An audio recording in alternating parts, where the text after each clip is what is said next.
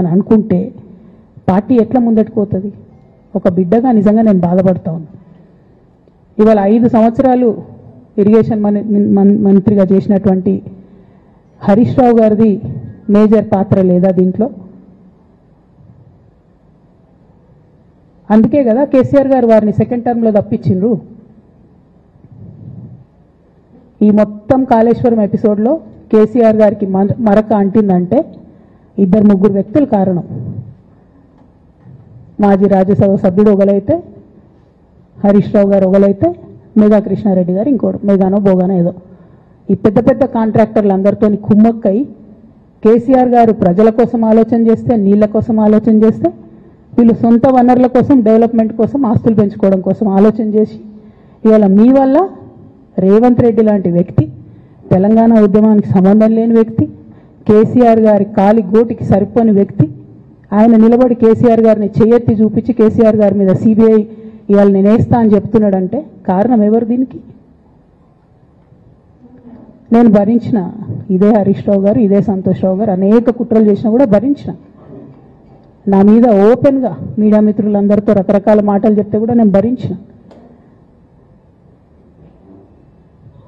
నా పర్సనల్ అటాక్కి నేను ఎప్పుడు కూడా వాళ్ళను ఇంతవరకు పేరు పెట్టి పిలవలేదు, మాట్లాడలేదు. ఫస్ట్ టైం చెప్తున్నా. నేను ఎందుకోసం చెప్తున్నా? కేసీఆర్ గారికి ఈ వయసులో సిబిఐ ఎంక్వైరీ ఏందండి? ఎందుకోసం ఆ కర్మ పట్టింది? ఎందుకు భరించాలి? ఇటువంటి వాళ్ళని చూస్తూ ఎందుకోసం ప్రొటెక్ట్ చేసుకోవాలి? బీఆర్ఎస్ పార్టీ తమ్ముల కోపం రావచ్చు, కానీ వాస్తవాలు చేదుగున్నా అప్పుడప్పుడు మాట్లాడుకుంటేనే, మందు తీసుకుంటేనే ఆరోగ్యం మంచిగా అవుతుంది. ఇట్లా చెప్పుకుంటూ పోతే చాలా చాలా అంశాలు ఉన్నాయి. వాటన్నిటి జోలికి నేను పోదలుచుకోలేదు. కానీ కేసీఆర్ గారు హిమాలయ పర్వతం అంత ఎత్తు లాంటి పర్సనాలిటీ ఆయనది. ఆయనను చేయబెట్టి చూపించి అవినీతి అని అంటే నిజంగా చాలా బాధ అవుతా ఉన్నది. ఎందుకంటే నా పెళ్ళప్పుడు నా పెళ్లి చేయడానికి కూడా ఇబ్బంది పడ్డటువంటి వ్యక్తి ఆయన.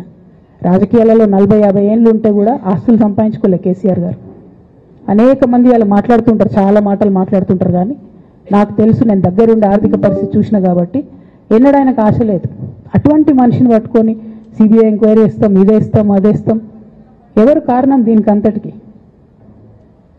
ఈ చేతగాని కాంగ్రెస్ ప్రభుత్వం మీ ఏసీబీ వాళ్ళు పోయి కాళేశ్వరంలో పనిచేసిన 3 ఇంజనీర్లను పట్టుకుంటే ఒక్కొక్క ఇంజనీర్ దగ్గర 100 కోట్ల ఆస్తులు వెళ్తే మీకెందుకు ఎంక్వైరీ చేసే దమ్ము లేదు? వాళ్ళు వెనకాల ఎవరున్నారో ఎందుకు ఎంక్వైరీ చేస్తలేరు?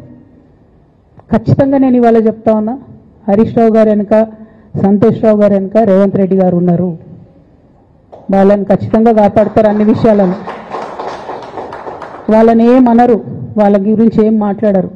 బాణం ఎంతసేపు కేసీఆర్ గారి మీద ఉంటుంది. కేసీఆర్ గారిని మాట్లాడాలి, కేసీఆర్ గారిని బదనాం చేయాలి. కానీ దగ్గరుండి ఈ అవినీతి అనకొండలు బీఆర్ఎస్ పార్టీని ఏదైతే డిస్టర్బ్ చేసిండ్రో వాళ్ళని మాత్రం ఏమన్నారు. ఈ ఇంటర్నల్ అండర్స్టాండింగ్ అనేది ఎక్స్పోజ్ కావాలి. రేపటి నుంచి నేను ఛాలెంజ్ చేసి చెప్తున్నా కదా, రేపటి నుంచి ఏం మాట్లాడతారు తెలుసా? ఈ మొత్తం బ్యాచ్లన్నిటికీ సోషల్ మీడియా బ్యాచ్లు ఉన్నాయి. వీళ్ళందరికీ బాగా చాలా చాలా బ్యాచ్లు ఉన్నాయి. వాళ్ళంతా రేపటి నుంచి ఏమంటారు? నన్ను ఒకళ్ళు బీజేపీ ఆపరేట్ చేస్తుంది అంటారు, ఒకళ్ళు కాంగ్రెస్ ఆపరేట్ చేస్తుంది అంటారు, ఒకళ్ళు రేవంత్ రెడ్డి చెప్తే మాట్లాడుతుంది అంటారు, ఇంకోళ్ళు బండి సంజయ్ చెప్తే మాట్లాడుతుంది అంటారు. ఖబర్దార్ బిడ్డ, నేను ఎవరు చెప్తే ఆడేటటువంటి తోలుబొమ్మని కాదు. నాది నాది నాది నాది కేసీఆర్ బ్లడ్, నాది తెలంగాణ బ్లడ్. ఇండిపెండెంట్గా నేను అనుకున్న విషయాన్ని చెప్తున్నాను. దానికి పొలిటికల్గా ఇబ్బంది అయినా, కష్టమైనా, నష్టమైనా నేనే భరిస్తా. కానీ దేవుళ్ళ లాంటి మా నాన్నను ఇవాళ సిబిఐ ఎంక్వైరీ చేసిండ్రంటే కడుపు రగులుకపోతా ఉంది ఒక బిడ్డగా. అందుకే చెప్తున్నా, ఇన్ని రోజులు చెప్పలే. ఆ మధ్యలో పోయినసారి నా కొడుకు గ్రాడ్యుయేట్ అయినప్పుడు వచ్చినప్పుడు నేను మా నాన్నకు రాసుకున్న లెటర్ లీక్ చేస్తే కూడా ఆ 70, 80, 90 రోజుల నాకు నరకం చూపిస్తున్నారు. ప్రతిరోజు సోషల్ మీడియాలో ఇష్టం వచ్చినట్టు రాపిస్తున్నారు. ఎప్పుడు వీళ్ళ పేర్లు తీసుకోలే, ఇష్టం వచ్చినట్టు ప్రెస్ వాళ్ళకు మాట్లాడుతూ చాలా విషయాలు చెప్తున్నారు. ఎప్పుడు వాళ్ళ పేర్లు తీసుకోలే. ఇలా తీసుకుంటున్నా, ఎందుకంటే విషయం నాది కాదు. ఇది తెలంగాణ పరువు ప్రతిష్టకు సంబంధించిన విషయం. ఇలా దేశంలో ఏ మూలకు పోయినా, ఎక్కడికి పోయినా కేసీఆర్ అంటే ఒక మహానాయకుడు, త్యాగం చేసిన నాయకుడు అని చెప్పి మాట్లాడతారు. రేపటి నుంచి ఏం మాట్లాడతారు? సిబిఐ ఎంక్వైరీ చేస్తే ఏం మాట్లాడతారు? కేసీఆర్ అంటే సిబిఐ కేసు అంటారు. మా నాన్న పరువు పోతే నాకా బాధ మీకా? మీకు పైసలు కావాలి కదా, మీకు పేరుతోనేం పని? ఇంకా కూడా ఈ విషయాలు అర్థం చేసుకోకుండా, ఇంకా కూడా ఇటువంటి వ్యక్తుల్ని దూరం పెట్టుకోకుండా ఉంటే